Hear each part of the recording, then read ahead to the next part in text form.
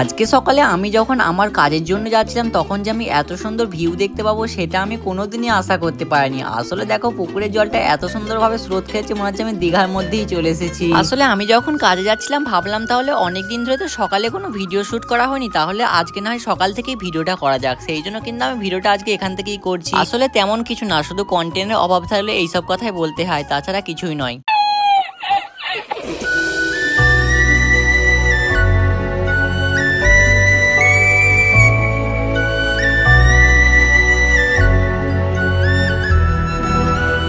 কাজে যাওয়ার সময় এই পুকুরের জলটা খুব ভালো লেগেছিল, তাই একটা ভিডিও করে নিয়েছিলাম। আর এখন আমি একটা দাদার জন্য ওয়েট করছি। আসলে সেই দাদাটা আসছে ব্লাড নিয়ে, সেই ব্লাডটা নিয়ে আমাকে এখন ঘরে যেতে হবে। আর আমাদের ঘরে আসার পরেই দেখতে পেলাম যে আমাদের ঘরটা অনেকটা নোংরা হয়েছে, সেই জন্য একটা বারণ নিয়ে একটু ঘরটাকে পরিষ্কার করছি। আসলে আজকে আমাদের একটা ডাক্তার বসবে, সেই জন্য সুন্দর করে ঘরটাকে ঝাড় দিয়ে এখন একটু সামনে গিয়ে বসে থাকবো, কারণ এখন আর আমার কোনো কাজ নেই চুপচাপ বসে থাকা। সেই জন্য এই চেয়ারটায় আসছি একটু বসবো বলে। আর দেখো বসতে বসতে আমার আগের একটা ফোন ছিল, সেই ফোনটা একটু মিনি ব্লগ দেখতে শুরু করছি। আসলে কাজ না থাকলে আমি একটু ফেসবুক টুকটাক দেখি, সেই জন্য একটু ফেসবুকে ব্লগ দেখছি। তারপরে আমার জামাইবাবু এসে বললো যে একটু আমার গাড়িটায় তেল ভরে নিয়ে এসো, তাই এখন একটু আইমাপাড়ায় এসেছি গাড়ি তেল ভরার জন্য। আর যখনই কিন্তু গাড়ি তেল ভরতে হয় আমাকেই দেয়, সেই জন্য আমি এখন নিয়ে এসেছিলাম এই আইমাপাড়ায় তেল পাম্প। বেশি না ওই 1000 টাকার মতো তেল ভরে টিকে এখন আমি চলে এসেছি একটা রিপোর্ট দেবো বলে, কারণ এখানে একটা রিপোর্ট ছিল, সেই জন্য সেই রিপোর্টটাকে দোকানে দিয়ে টিকে এখন আবার যাচ্ছি আমাদের ঘরে। তখন 11টা বা 11:30 মতো বাজে, তাই একটা মুদিখানার দোকানে এসেছিলাম একটু অরিও বিস্কুট কিনবো বলে, কারণ অনেকটা খিদে পেয়ে গেছিল। সকালে তো ঠিকঠাক ভাবে খাওয়া হয় না, সেই জন্য একটু অরিও বিস্কুট খাওয়া বলে একটা দোকানে এসেছিলাম।